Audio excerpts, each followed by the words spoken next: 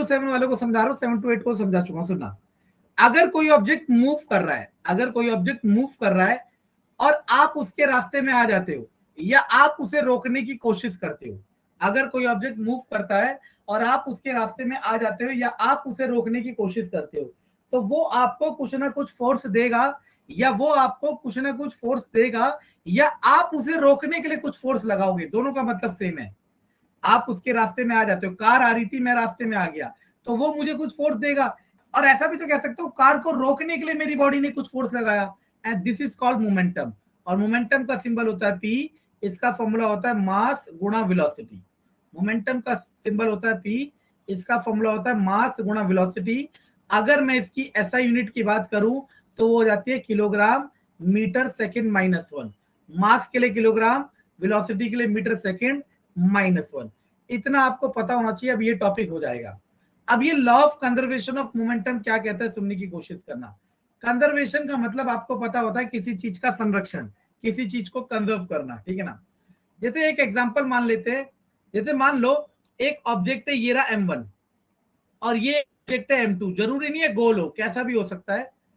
इसकी कुछ वेलोसिटी थी U1 और इसकी कुछ वेलोसिटी थी U2। इसकी कुछ वेलोसिटी थी U1, इसकी कुछ वेलोसिटी थी U2। अब ये दोनों ऑब्जेक्ट आपस में टकराए, ये दोनों ऑब्जेक्ट आपस में टकराए, ये दोनों ऑब्जेक्ट का आपस में क्या हुआ, टकराना हुआ, ठीक है ना। टकराने के बाद जो M1 है उसकी वेलोसिटी हो गई V1, इनिशियल को U दे दिया, फाइनल को V दे दिया, सिंपल। और टकराने के बाद जो M2 है उसकी वेलोसिटी हो गई V2। सुनने की कोशिश करना, दो ऑब्जेक्ट हैं, एक है M1 एक है M2। M1 की वेलोसिटी थी U1, M2 की वेलोसिटी थी U2। अब सुनने की कोशिश करना, ऐसा भी हो सकता है कि M2 वाला रेस्ट में हो, ऐसा भी हो सकता है कि M2 वाला रेस्ट में हो, तो हम क्या करेंगे, U2 को 0 ले लेंगे। और ऐसा भी हो सकता है कि M1 वाला रेस्ट में हो, तो हम क्या करेंगे, U1 को 0 ले लेंगे। ये सारे क्वेश्चन आएंगे आपके पास। ये दोनों ऑब्जेक्ट आपस में टकराए, टकराने के बाद M1 की वेलोसिटी चेंज हो गई V1 में और M2 की वेलोसिटी चेंज हो गई V2 में। तो law of conservation of momentum ये कहता है कि momentum before collision is always equal to momentum after collision. Momentum before collision is always equal to momentum after collision. मतलब टकराने से पहले का मोमेंटम। कंजर्वेशन का मतलब क्या होता है, किसी चीज को सेव करके रखना कि जितना वो है उतना ही रहे। जैसे टाइगर कंजर्वेशन कर रहे, तो हम क्या चाह रहे हैं कि टाइगर के जो नंबर है वो कम ना हो, ज्यादा होंगे वो रिप्रोडक्शन कर रहे हैं, that is a different process. हम चाह रहे हैं कि उनका कंजर्वेशन करा जाए, कि उनका नंबर घटे ना, ठीक है ना। तो वैसी मोमेंटम का कंजर्वेशन का मतलब है टकराने से पहले का मोमेंटम हमेशा इक्वल होगा टकराने के बाद का मोमेंटम। तो मैं इसको लिख सकता हूं फर्दर, टकराने से पहले का मोमेंटम होगा M1U1 प्लस M2U2। क्यों, क्योंकि इसका मोमेंटम होगा मास इंटू वेलोसिटी और इसका मोमेंटम भी क्या होगा, mass into velocity. Total momentum क्या होगा, दोनों का सम। और टकराने के बाद का मोमेंटम क्या हो जाएगा, मास इंटू वेलोसिटी। ये आपकी लास्ट और एकमात्र इक्वेशन है इस क्वेश्चन के लिए, इस टॉपिक के लिए। अगर आपको जितना भी मैंने इस आधे पेज में लिखा है, आधा भी नहीं कह सकता, थोड़े से पेज में लिखा है, अगर आपको क्लियर है तो डेफिनेटली आप हर एक क्वेश्चन कर सकते हो क्लास 9th का कंजर्वेशन ऑफ मोमेंटम टॉपिक से। किसी को डाउट है जो भी समझाया बताइए। नहीं सर, क्लियर है। बाकी लोग क्लियर है सर। ओके चलो। क्लियर अब है आपको सर। ये जो good good, thank you thank you thank you. अब आपको ये जो फॉर्मूला है, ये फॉर्मूला, ओके, आपका ये जो फॉर्मूला है ना, मैं म्यूट कर रहा हूं आप लोगों की भी, किसी का भी माइक ऑन होगा तो इंटरफेरेंस होगा। आपका ये जो फॉर्मूला है, इस फॉर्मूले से ना, देखो सुनना मैं क्या कह रहा हूं, मैं कह रहा हूं कि, अच्छा मैं एक और चीज बता देता हूं। मैंने लास्ट क्लास में बताया था कि आप लोग अगर गूगल से क्वेश्चन डालोगे ना कोलिजन का या लॉ ऑफ कंजर्वेशन मोमेंटम का, तो आप लोग गड़बड़ा जाओगे। गड़बड़ा क्यों जाओगे, समझने की कोशिश करना। जो कोलिजन होता है वो दो टाइप का होता है, एक होता है इलास्टिक, एक होता है इन इलास्टिक। हमने मास्टर्स तक फिजिक्स पढ़ा रखी है और मास्टर्स तक मैथ्स पढ़ा रखी है, ठीक है ना। हमें कौन सी नफ्स कहाँ जा रही है सब पता है, ठीक है। एक इलास्टिक और एक इनइलास्टिक। अब सुनने की कोशिश करना, आपके काम का नहीं, लेकिन मैं बता रहा हूं गूगल से आप कैसे गलत क्वेश्चन पिक कर लोगे। इलास्टिक कोलिजन वो होता है जिसके अंदर law of conservation of momentum भी फॉलो होता है, plus law of conservation of kinetic energy भी फॉलो होता है। और इनइलास्टिक वो होता है जिसमें law of conservation of momentum follow होता है बस। अब सुनना मैं क्या कहता हूं। हम लोग कहते हैं कि हर किसी को भगवान राम की तरह बनना चाहिए, ठीक है ना। मतलब एक आइडियल कैरेक्टर वो है कि आप अगर समझो, देखो धर्म विशेष पे ना जाए, लेकिन आप समझने की कोशिश करें। उन्होंने कभी भी हर, देखो जैसे मानो मैं ही एक बेटा हूं, मेरे पापा मुझे कहे मुझे प्रॉपर्टी से निकाल रहा हूं, 3 भाइयों को दे रहा हूं या फलाने भाई को दे रहा हूं, मैं अपने पिता को क्या कर दूंगा, उनके खिलाफ हो जाऊंगा, हो सकता है मैं कोर्ट केस ही कर दूं। तो उनके कैरेक्टर से हमें मोटिवेशन लेना चाहिए। इसका मतलब ये है कि हर कोई चाहता है कि आइडियल ये है, लेकिन उनकी तरह बनने की कोशिश होती है, बन कोई नहीं पाता। इसी तरीके से इलास्टिक कोलिजन प्रैक्टिकली एग्जिस्ट कराना थोड़ा मुश्किल होता है, और जो रियल लाइफ एनालाइज सिनेरियो में वहां तो इसे इंप्लीमेंट कराना रेयर ऑफ द केस होता है। क्यों होता है रेयर ऑफ द केस? मैं इसका एक छोटा सा एग्जांपल देता हूं और आप कहोगे हाँ, और कोई भी कहता है करा सकता है तो मुझे बता रहा। देखो, law of conservation of kinetic energy का मतलब ये होता है कि टकराने से पहले की काइनेटिक एनर्जी इक्वल होगी टकराने के बाद की काइनेटिक एनर्जी। अब सुनना, आपने यहां से कोई बॉल या कोई भी ऑब्जेक्ट नीचे की तरफ छोड़ा फर्श में, या फेंका, जो आपका मन कर रहा है वो करा। अब ये बॉल यहां से टकराने के बाद वापस एग्जैक्टली इतना ऊपर आ जाए, यही होता है law of kinetic, law of conservation of kinetic energy. क्यों? क्योंकि जितना काइनेटिक एनर्जी इसके पास पहले था, उतना ही काइनेटिक एनर्जी दोबारा आ जाना चाहिए टकराने के बाद। आप किसी भी ऑब्जेक्ट को इमेजिन करो, आप उसे नीचे की तरफ छोड़ते हो या फिर तेज की फेंकते हो, जैसे मर्जी फेंको, क्या एग्जैक्टली उसी हाइट पे आके रुकेगा? इस श्योरिटी है? नो सर, पहली नहीं। बार तो आ भी जाए, दूसरी बार तो आएगा ही नहीं। हाँ ठीक है ना। तो ये प्रैक्टिकल सिनेरियो में नहीं है, इसके लिए स्पेशल इक्विपमेंट बनाए जाते हैं एक्सपेरिमेंटल वे में, वहां पॉसिबल है। ये आपका क्लास 11th का टॉपिक है और ये आपका क्लास 9th का टॉपिक है। मैंने कहा ना, ये बाउंड्री आप डिफाइन नहीं कर पाओगे अगर आप बिगिनर हो या फिर थोड़े ही जानते हो साइंस के बारे में।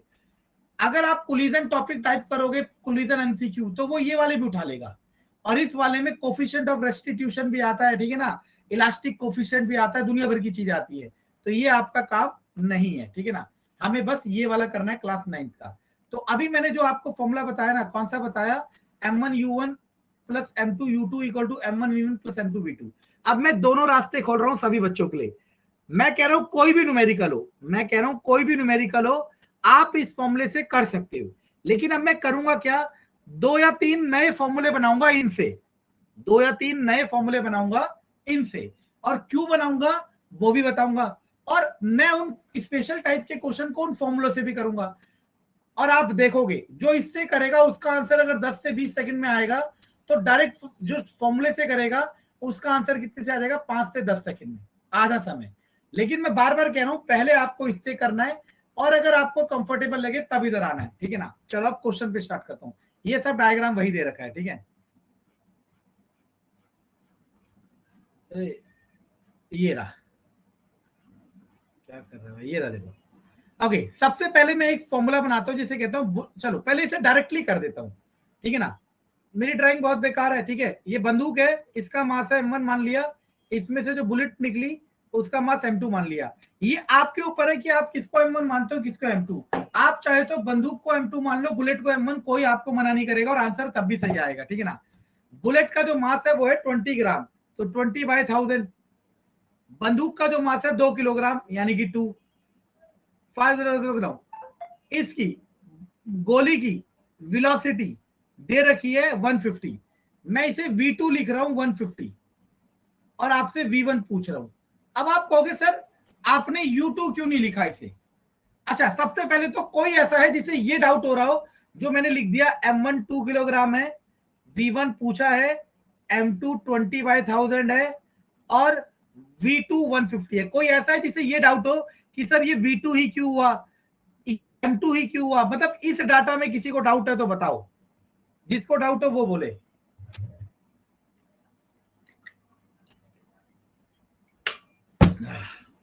चलो अब सर सुनना होता क्या है। सर ये हाँ, U2 बोलिए। नहीं हुआ क्योंकि कोई कोलिजन नहीं हुआ बोल के ये हुआ। हाँ अभी सुनना, हाँ यही समझा रहा हूँ कि जो बुलेट वाला, इसे मैं कहता हूँ बुलेट प्रॉब्लम, इसे मैं कहता हूँ बुलेट प्रॉब्लम, बंदूक चलाने वाला। इस बुलेट प्रॉब्लम में ना याद रखना U1 U2 हमेशा 0 होता है, चाहे कोई भी क्वेश्चन हो। बुलेट प्रॉब्लम में U1 U2 हमेशा 0 होता है, चाहे कोई भी प्रॉब्लम हो। ऐसा क्यों होता है ये भी समझ लो, क्योंकि बुलेट वाले में कोलिजन कब माना जाता है? जब गोली चले। बुलेट वाले में कोलिजन कब माना जाता है? जब बुलेट फायर होती है, जब बुलेट फायर होती है। यानी कि बुलेट फायर होने से पहले, बुलेट फायर होने से पहले आपका बुलेट भी रेस्ट में होगा और गन भी रेस्ट में होगा। समझ आ रहा मैं क्या कह रहा हूं?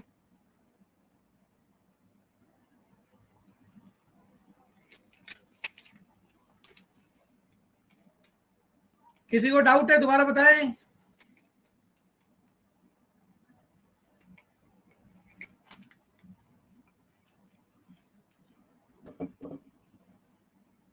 किसी को डाउट है दोबारा बताएं। सर V2 बता दीजिए। क्या कहा? मुझे समझ नहीं आया, क्या कहा? सर एक बार V2 बता दीजिए, V2 वाला कॉन्सेप्ट। ओके, मैं कह रहा हूं बुलेट वाले क्वेश्चन में, बुलेट प्रॉब्लम में, बंदूक वाले प्रॉब्लम में आपका U1 U2 हमेशा 0 होगा, कोई भी क्वेश्चन हो। और वो 0 क्यों होगा? क्योंकि बुलेट वाले केस में कोलिजन जब माना जाता है जब बुलेट फायर होती है, और बुलेट फायर होने से पहले आपका बुलेट भी रेस्ट में होता है और गन भी रेस्ट में होता है। सर इनिशियल तो वेलोसिटी तो हुई नहीं है, इसीलिए वो रेस्ट पे है। हाँ इसीलिए वो रेस्ट में है, तो बचेगा तो फाइनली बचेगा। ये समझ आया कि नहीं आया? चलो, सर ये V1 ब्लैंक क्यों है? V1 क्योंकि वही तो पूछा है, velocity of pistol. Okay sir. तो फॉर्मूला है M1 ये लास्ट पढ़ा हुआ है इस चैप्टर का, अगर आपने अच्छे से कर लिया तो आपका ये चैप्टर भी कंप्लीट। M2 V2 फॉर्मूला ये है। अब दिमाग लगाओ, आपका U1 U2 0 है तो ये वाला पोर्शन पूरा 0 हो जाएगा। 0 बराबर M1 V1 plus M2 V2।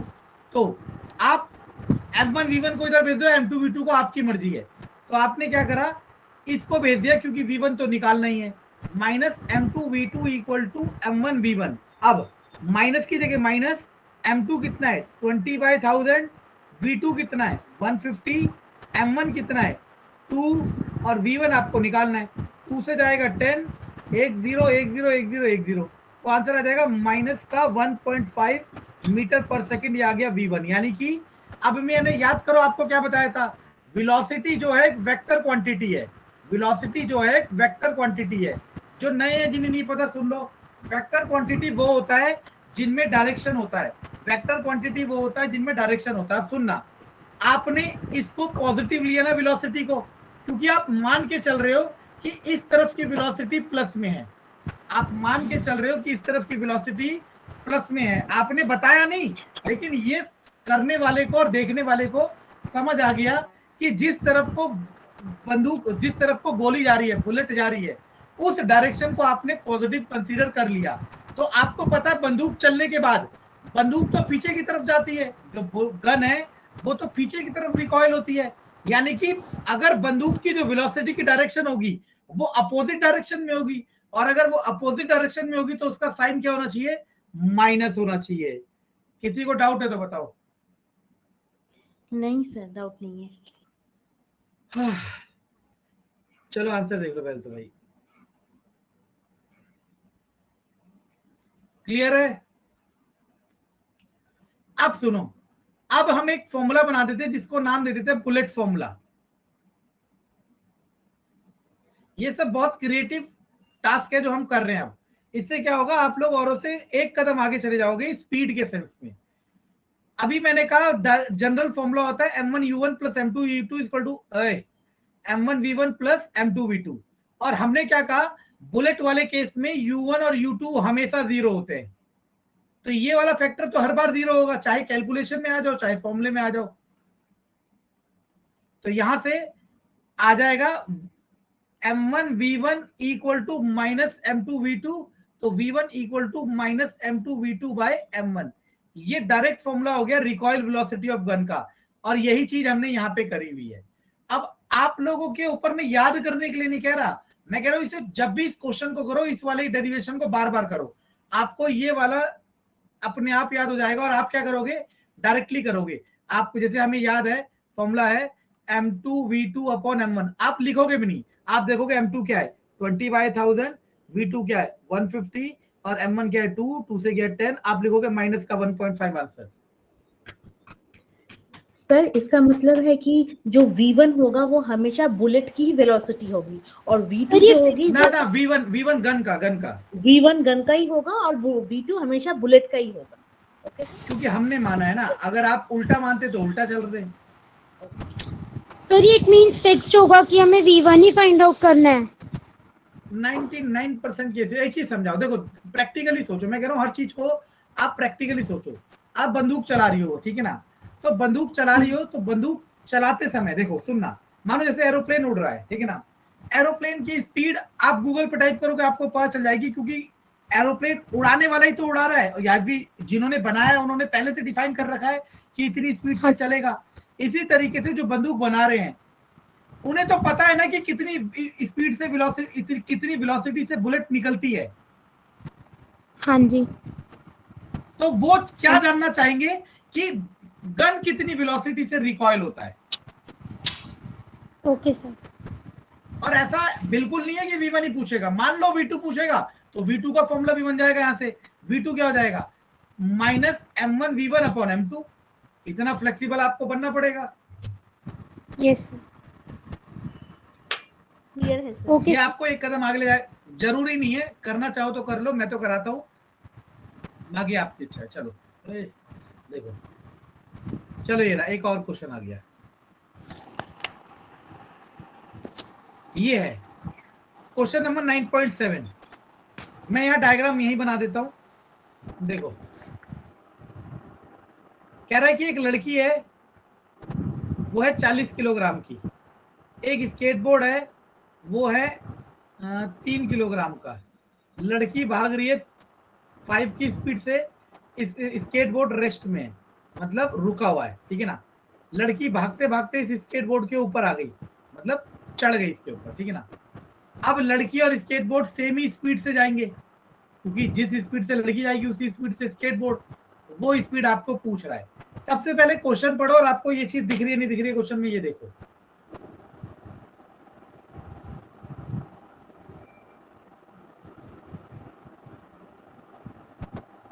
Sir इसमें U1 तो है बट U2 0 है।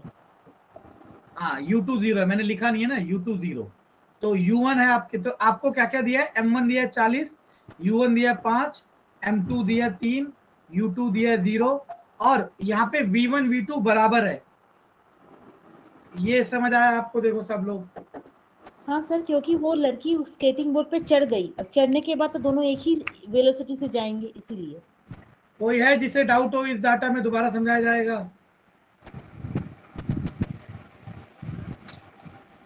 सर इसका कोई यूज नहीं है इस क्वेश्चन में, जो लास्ट लाइन लिखी हुई है अनबैलेंस्ड फोर्स वर्किंग, ये बस कंफ्यूजन के लिए मतलब ऐसे ही लिखा हुआ नहीं है। नहीं कंफ्यूजन नहीं है बच्चा, मैं क्या कह रहा हूँ, शादी, एक एग्जांपल लेता हूँ, मेरे से ऐसा क्वेश्चन जब भी कोई बच्चा पूछता है, शादी में जाते हैं ना कभी, हाँ जी।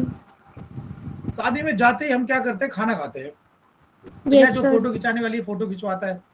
शादी हाँ में जी। टेंट भी होता है, दूल्हा भी होता है, दुल्हन भी होता है, दुल्हन के माँ बाप, दूल्हे के माँ बाप, दूल्हे के हाँ भाई जी। बहन, दूल्हे के, ये हम सबको खाते हैं क्या,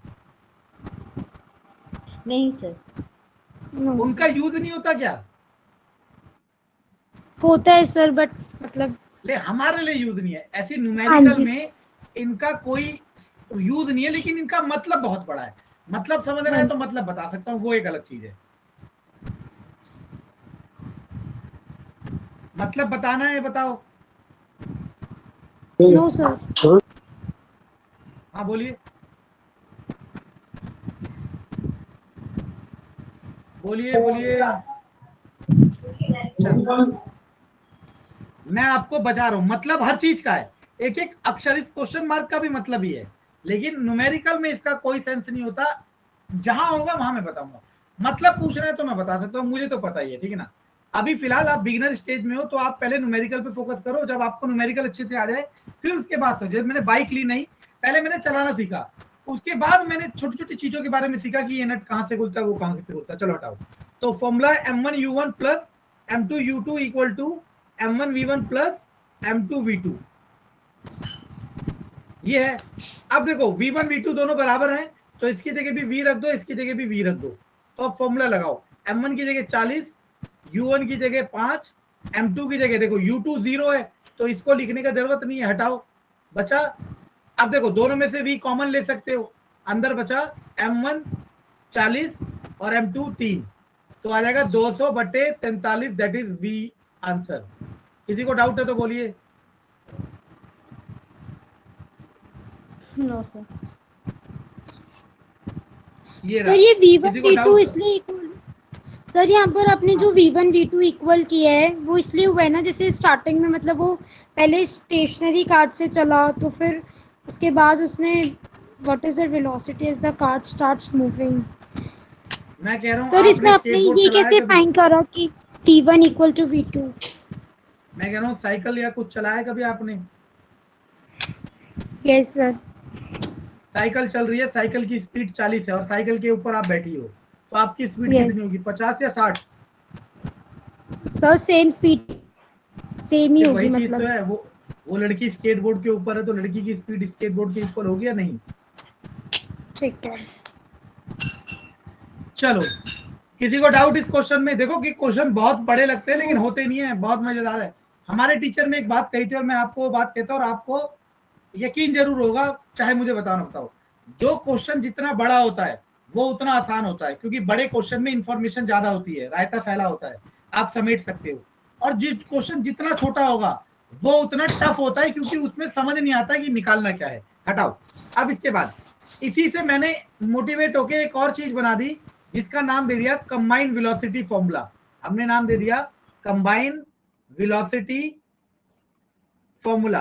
अब सुनने की कोशिश करना, ये स्केटबोर्ड वाला नहीं, ऐसा कोई भी क्वेश्चन आए, ऐसा कोई भी क्वेश्चन आए जिसमें आपको क्वेश्चन देख के ये समझ आए, जिसमें आपको क्वेश्चन देख के ये समझ आ जाए कि टकराने के बाद, जैसे इस वाले केस में टकराना क्या था, जिस मोमेंट में लड़की स्केटबोर्ड के ऊपर चढ़ी ये कोलिजन था। आपको ऐसा कोई भी क्वेश्चन जिसमें ये समझ आ जाए कि कोलिजन के बाद, कोलिजन के बाद आपकी, मतलब कोलिजन के बाद दोनों ऑब्जेक्ट की, कोलिजन के बाद दोनों ऑब्जेक्ट की वेलोसिटी सेम है, तो आप उसे कंबाइंड वेलोसिटी कैटेगरी में डाल सकते हो। सबसे पहले मैंने क्या कहा, आप लोगों को समझ आया?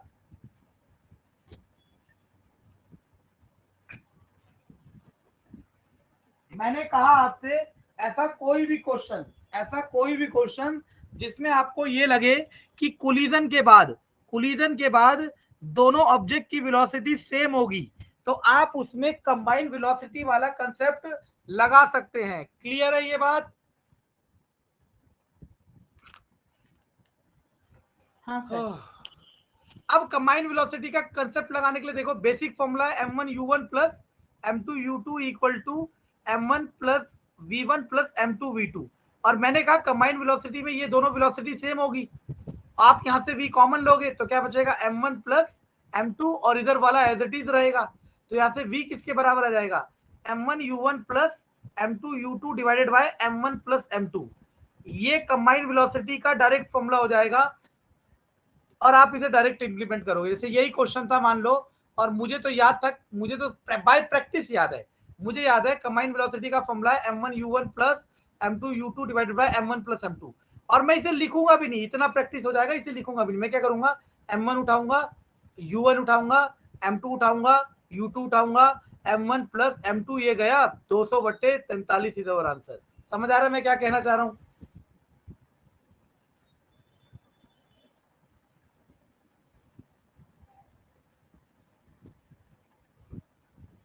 कंबाइंड वेलोसिटी याद करने की कोई नीड नहीं है, मैं बार बार कह रहा हूं, ये आपको औरों से एक कदम आगे ले जाने की जरूरत है। आप सारे क्वेश्चन में दोनों तरीके से करा रहा हूँ, बेसिक फॉर्मूले से भी और जो इनसे मैं नए नए मॉडिफिकेशन करके फॉर्मूले बना रहा हूँ उनसे भी। समझ आया मैं क्या कह रहा हूँ? Yes sir. ये सब आपको बहुत आगे ले जाएंगे, ठीक है ना। बाकी आपकी इच्छा है कहाँ तक जाना है, ठीक है। चलो आ जाओ, इन हॉकी वालों को भी देख ले, ठीक है ना। चलो क्वेश्चन देख लेते हैं। डायग्राम दिया है? नहीं दिया। डायग्राम नहीं दिया तो हम भी मान लेते हैं डायग्राम नहीं दिया। हटाओ। दो हॉकी प्लेयर है। डायग्राम दिया हुआ है सर, डायग्राम है। नहीं नहीं, मैं कह रहा ओके हूँ ओके। डायग्राम यहाँ दिया होता तो यहाँ लिखा होता इन डायग्राम दिस। नहीं समझे? वो तो सॉल्यूशन करने वाला डायग्राम बना रहा है ना। चलो वो कह रहा है दो हॉकी प्लेयर हैं अपोजिट टीम के, while trying to hit the hockey ball on the ground collide and देखो, एक है 60 किलोग्राम और एक है 55 किलोग्राम। 60 वाले की स्पीड है 5 और 55 वाले की स्पीड है 6। अब मैं इसे 6 ना लेके -6 ले रहा हूं। ये इस क्वेश्चन में कहीं नहीं लिखा, आपको बताना था। देखो समझना, मैंने तो कभी हॉकी खेली नहीं, लेकिन मुझे पता है कि क्या होता है, ठीक है ना। अगर ये ए टीम का प्लेयर है, बी टीम का प्लेयर है, अगर ए टीम का प्लेयर हॉकी की जो बॉल है उसे उधर ले जाना चाह रहा है, तो बी टीम का प्लेयर किधर ले जाना चाह रहा होगा? इधर। ये सही है या गलत? करेक्ट है सर। अपोजिट ही होगा। इसीलिए अगर मैंने मान लिया ये इस तरफ ले जा रहा है तो प्लस डायरेक्शन होगी वेलोसिटी की, और ये इस तरफ ले जा रहा है तो ये माइनस।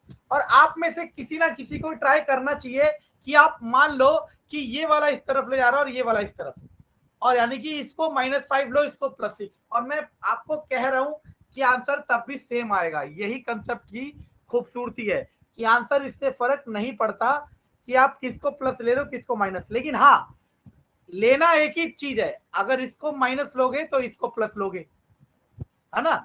आप नहीं कि इसको भी माइनस उसको भी प्लस, एक ही जगह, ठीक है। हटाओ। अब वो कह रहा है दोनों टकराए, टकराने के बाद देखो ये रहा, इन विच डायरेक्शन इंटेंगल्ड का मतलब है वो आपस में भिड़ गए, लाइक दिस, ठीक है ना। तो ये आपको समझ आ गया डायग्राम देखने के बाद, मुझे तो याद ही था, ठीक है ना, कि वो अब दोनों की वेलोसिटी सेम होगी।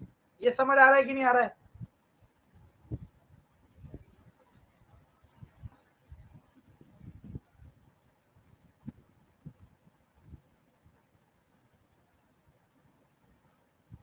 ये समझ आ रहा है नहीं आ रहा है? सर इसका मतलब V1 और V1 और V2 इक्वल टू V होगा।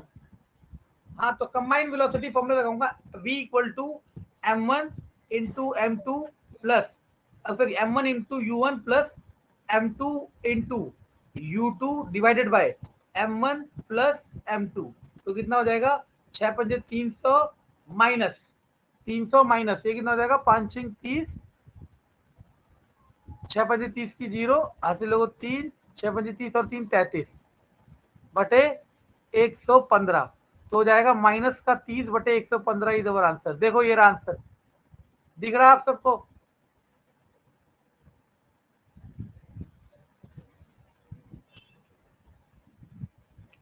अब सुनना मैं क्या बता रहा हूं, बोलो। Yes sir. अब सुनना मैं क्या बता रहा हूं। अब मैं ये बता रहा हूं कि आपको जरूरी नहीं है कंबाइंड वेलोसिटी फॉर्मूला लगाओ, आप इससे कर लो, m1 u1 plus m2 u2 equal to m1 v1 plus m2 v2। फिर v1 और v2 को बराबर करोगे और सॉल्व करोगे तब भी आएगा यही। अब क्वेश्चन को थोड़ा ढंग से पढ़ो। क्वेश्चन ये कह रहा है in which direction and with what velocity. Velocity तो आपने निकाल ली, लेकिन वो डायरेक्शन भी पूछ रहा है। अब दिमाग लगाना, देखो यहाँ पे बहुत बारीक चीज है। आपने इस तरफ की वेलोसिटी को प्लस माना था, तो इस तरफ की वेलोसिटी को माइनस माना था, और आपका आंसर किस में आ रहा है? माइनस में। यानी कि आपका जो दोनों लोग है, देखो डायग्राम में तो बेशक इस तरफ दिख रहा है, डायग्राम पे मत जाना, क्योंकि सॉल्व करने से पहले कैसे पता चलेगा। माइनस ये इंडिकेट कर रहा है कि ये दोनों के दोनों इंसान ये 55 किलोग्राम वाले आदमी